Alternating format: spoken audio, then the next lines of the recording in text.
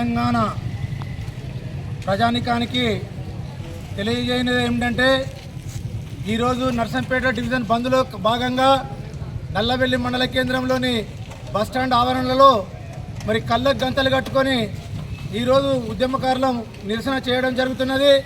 దీని ఉద్దేశం ఏంటంటే గౌరవ ఎమ్మెల్యే నర్సంపేట ఎమ్మెల్యే దొంతు మాధవరెడ్డి గారు మొత్తం వికృత చేష్టలు చేసి ఒక అమరుడైన ఉద్యమ నేత కుటుంబాన్ని దుఃఖసాగరంలో ఉన్నా కూడా ఆయన చేష్టలు మరవకుండా కొనసాగిస్తున్నందునే మరి ఈనాడు ఆయన మాటలకు మేము భరించలేక ఆ వికృత చేష్టలు చూడలేక ఈరోజు గంతలు కట్టుకోవడం జరుగుతున్నది.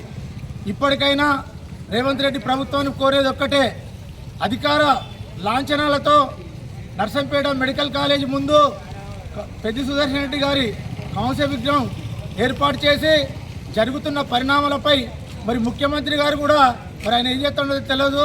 ఇప్పటికైనా జరుగుతున్న పరిమాణాలపై విచారణ చేపట్టాలి. తొందరగా ముఖ్యమంత్రి గారు ఈ యొక్క నిరసన కార్యక్రమాలను జరగకుండా వెంటనే పెద్ద విగ్రహాన్ని ఏర్పాటు చేయాలి. అలాగే మెడికల్ కాలేజీకి కూడా పెద్ద పేరు నామకరణం చేయాలని మేము ఉద్యమకారుల తరఫున డిమాండ్ చేస్తున్నాం.